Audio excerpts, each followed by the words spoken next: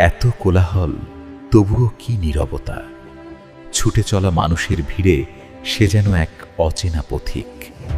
দিনরাত কঠোর পরিশ্রম আর অধ্যবসায় করিমকে এনে দিয়েছে নতুন দক্ষতা ও আত্মবিশ্বাস। অবশেষে সেই সুযোগটা এলো।